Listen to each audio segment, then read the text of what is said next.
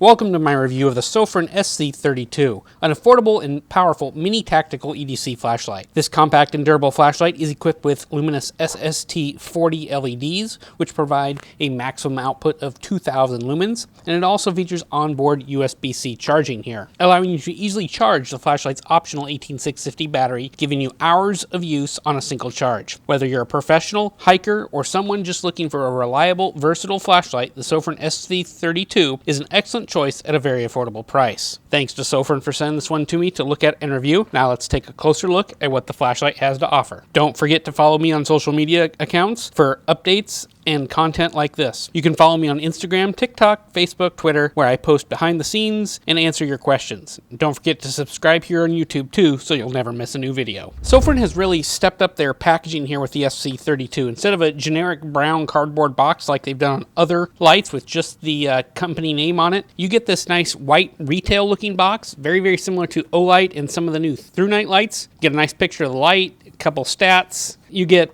descriptions, features, specifications on the back. You also get the standard sticker on the side telling you which model of light you have here. Once you have that slip fit cover off, it is a magnetic closure box.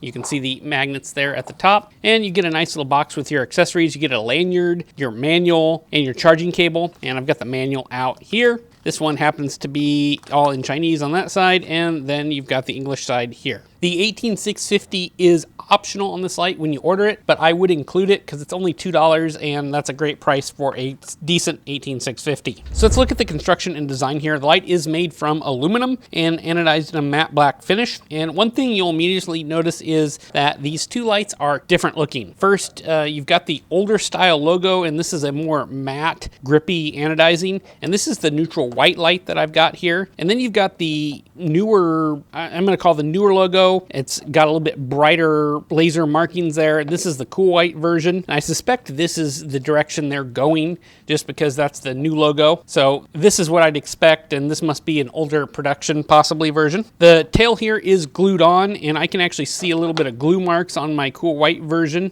Just a little bit of a compound leaked out there, and you can easily get it off with a fingernail.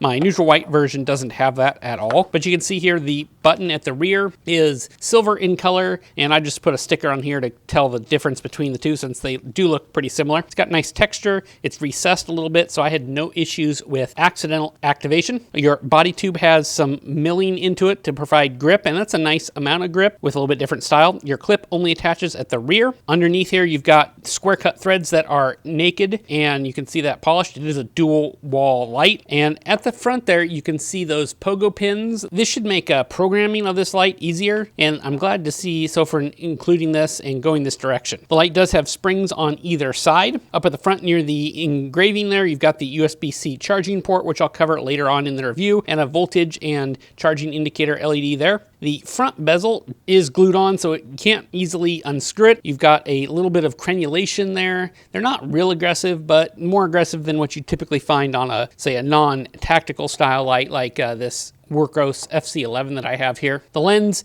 is plastic. They call it a Fastenal lens because it's got some extra rings. It creates a beam pattern that I'll show you later on, but kind of like a TIR optic without the hot center. Retention options here, you do have a pocket clip, which has a lanyard hole for it. It does come with that generic lanyard that I showed. I have no major complaints with the pocket clip here. It's relatively deep carry, fairly stiff, and it is dual direction. Some people may complain that this does stick out a little bit from your pants and might get caught on something. I didn't have that problem, but for size and weight here, the length of the flashlight is 100 millimeters, with the diameter being 25 millimeters. Weight with the clip and battery came in at 3.72 ounces or 105.7 grams. The light is IPX8 water rated here. I've got it next to the Workhorse FC11, as you can see here. The Workhorse is longer and is just ever so slightly slimmer than the Sofirn, so you can kind of get an idea of the size. SC32 is using the luminous SST40 LED, and it's available both in cool white and neutral white, and that's why I have two lights here. The cool white came in at 5772 Kelvin with a CRI of 63.8 on my Opal meter, and the DUV had no unexpected tints, was right basically where I'd expect it. The neutral white version came in at 4638 Kelvin and 62.9 CRI with a very similar DUV pattern. I do notice with my eyes just a little bit more tint shift on the neutral white version of this light, and that's something something to keep in mind, but it's mostly at closer ranges. The beam on these lights pass through this plastic lens, and Sofirn calls this a Fasinal lens. That's similar to what like a lighthouse would have, if you know kind of what that looks like. But I can kind of show you what it's like. Here is low mode, and you can see it does have a little bit of a hot center, but really not much. It's a fairly floody light. I'd say it's more floody than what a TIR optic would typically have. For outputs, I tested the light using my Texas Ace lumen tube, and most of the outputs were a little bit under Sofirn's claims. As expected, neutral white here was a little bit less output than what the cool white version had, and my only concern was turbo outputs were lower than claimed by more than I expected. I think this might be the battery isn't as high drain as it probably should be, and I'll include an update in my blog post if I find something different than that. Here is the Sofirn SC32. It's a EDC and tactical flashlight kind of all in one, and I've got it in cool and neutral white here. This is the cool white version in low mode, 90 lumens. Stepping up, here is medium at 450 lumens. And tint here is about 6700 Kelvin on my meter, 62 CRI, so fairly cool white. Here is high, 900 lumens, and it's running an SST20 LED. And here is turbo, 2000 lumens, and we can see it's pretty bright. It's a fairly floody beam. There's not a super defined hotspot, at least to the eye. The video blows it out a little bit. In high mode, let me turn it down so you can see a little better. There's medium. You can see it's not a real defined hotspot. Here is the neutral white version, and I believe outputs here are a little bit less. I'll have that in my output section, which you will have already seen at this point. Here is medium, about 450 lumens probably. Here is high, this is 4500 Kelvin, about 60 CRI, same SST20 LED. And here is turbo, and you can see it doesn't throw quite as far, but to me it's a much more pleasing tint, much more neutral, accurate. So here is the cool white on turbo again, and here is neutral white on turbo as well. So we can see the cool white does throw further than the neutral white. I will check the battery, make sure that neutral white is fully charged, because it does seem a little dimmer than I would expect. So for my heat and runtime tests, I used both lights here. Both batteries I received tested slightly above the 3000 milliamp hour rating. The neutral white cell had 3115 milliamp hours, and the cool white cell had 3043 milliamp hours. With the cool white light, the total runtime in turbo and high was very close, between 5 hours and 15 minutes and 5 hours and 20 minutes. Turbo saw the largest step down after 1 minute and 15 seconds, and the light does have active thermal management that's set to reduce output at 55°C or 122 degrees Fahrenheit to prevent further issues with the lighter battery. And I did test the thermals on the neutral white version, and I saw the exterior of the light reach to 47 degrees, so that's fairly close, and internally could easily bend that 55°C. The only difference in runtimes worth mentioning between the two versions was the runtime on the neutral white was slightly less than 5 hours total, so cool white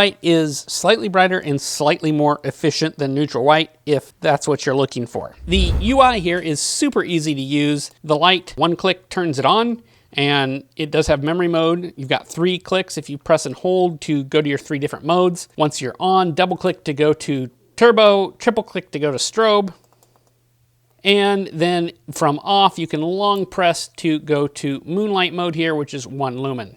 As mentioned before, recharging is accomplished via this USB-C port cover on the front of the light. It stayed in place pretty easily, and I had no issues with it fitting a variety of different cables. You've got this little charging indicator LED here on the side, which I'll plug in and show you. When charging, the light blinks red, and then when charged, it goes to solid red, I believe, if I remember correctly. On my 2 samples here, the average low voltage protection between the two was 3.052 volts, and charge time took 2 hours and 19 minutes, with the maximum charge rate being 1.6 amps. Charging stopped at 4.1 volts, which is very safe and no problems there. My conclusion is that Sofirn has stepped up their game with the SC32 in my opinion. The more premium packaging is nice and it elevates the first appearance of the brand. They call this a mini tactical flashlight, but I'd call it a great EDC option as well due to its small size and easy UI. The one negative here for EDC in the pants might be that bezel. It's a little bit aggressive, but really not too bad and shouldn't rip your pockets too much. Sofirn continues to deliver a great value here too. Before any sales, you can order the light with a battery shipped for $33 directly,